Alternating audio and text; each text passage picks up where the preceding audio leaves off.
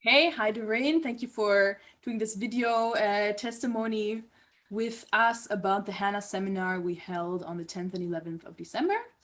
I'm going to ask you some questions. So the first question I'd like to ask you about the seminar is, what parts of our seminar did you find the most interesting?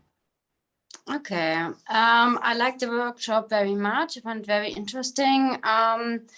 I mostly, I think, liked the introductions of the partners and what's going on in their countries and what Jewish life means in their cultural scene, and what anti-Semitism still does today in Europe.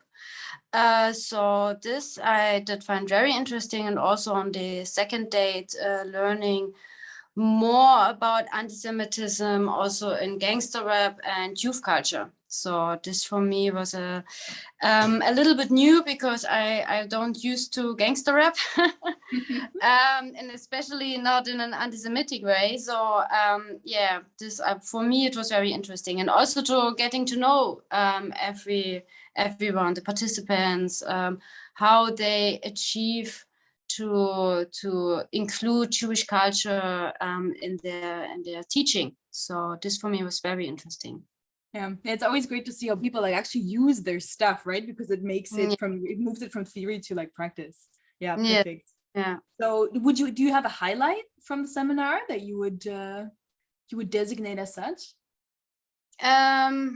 I did like the group work very much. Unfortunately, on the second day there weren't a lot because the presentation of the I think he was from the education agency, who presented the conspiracy theories. So there wasn't much time to really work together. And on the first date, I really liked the icebreaker methods, and also to analyze a movie which were included and presented. So this for me was really cool. Yeah, the interactive parts of it, right? Yeah. Okay, and then a last question. So would you say that the seminar improved your understanding of anti-Semitism and conspiracy theories? And if so, then how? For me personally, not really, I have to say, because it's a topic it came along quite often in my studies and also my work. So it wasn't really something new, except learning from the partners and the other nations.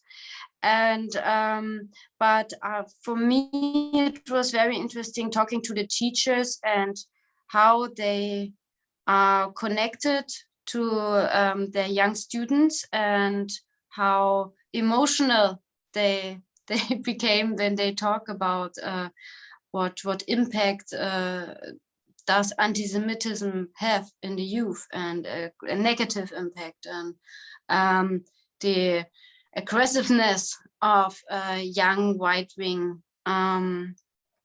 Yeah, so this for me was totally new, because I'm not new to right wing politics or something like that, but how youth celebrates anti-Semitism without knowing even that it's anti-Semitism. This was really quite shocking for me. So yeah. Yeah, I can imagine it's interesting seeing people who are really affected in the sense of like the people that they spend their whole lives also teaching, right, to try to like improve in a way them as people, quote unquote, right? They're so affected by it. Yeah. Thank you, Dogan. Is there anything else you want to share?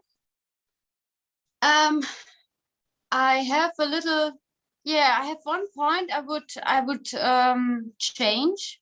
When the partners from the different countries present their little PowerPoints. For me, it was too much information in a short amount of time. It was more like recitating data. It was reading data and not really presenting topics. So maybe this is something the partners should think about, how to present. I think the Serbian partner, Miško, did a really good job. And but I didn't understand quite well the Greek and the Polish partner because of the pronunciation of the English, because they were just reading and not freely speaking.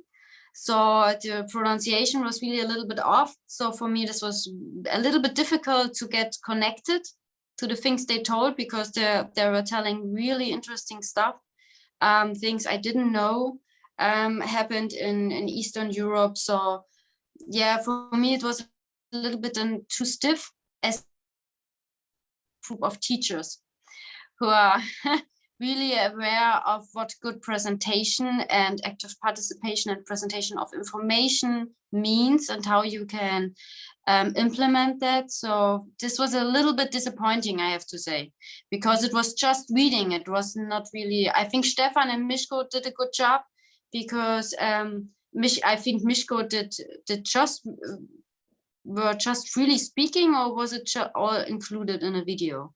I wasn't sure.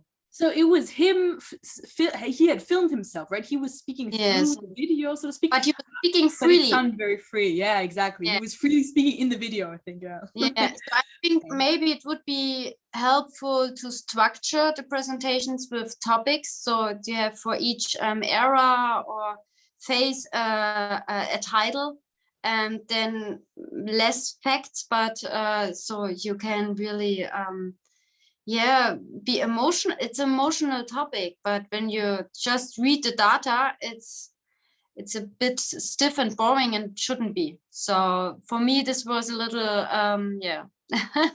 And of course, the understanding of the Greek and Polish partner, I think, because I know Alexandra, I think I can understand her really well when she speaks freely, but reading, she yeah was difficult.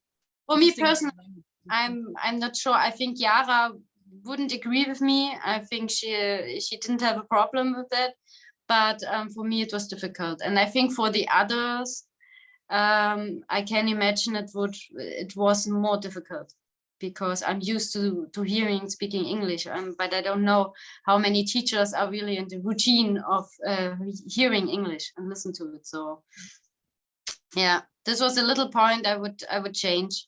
But yeah, I like the participants, I like the topic, and because it's really up to date and really, really important to talk about it. So yeah, thank you. Awesome. Doreen, thank you so much for your comments. We take the positive, we take the negative, and we do it. Yes. Yeah. I'm stopping the recording now. Thank you.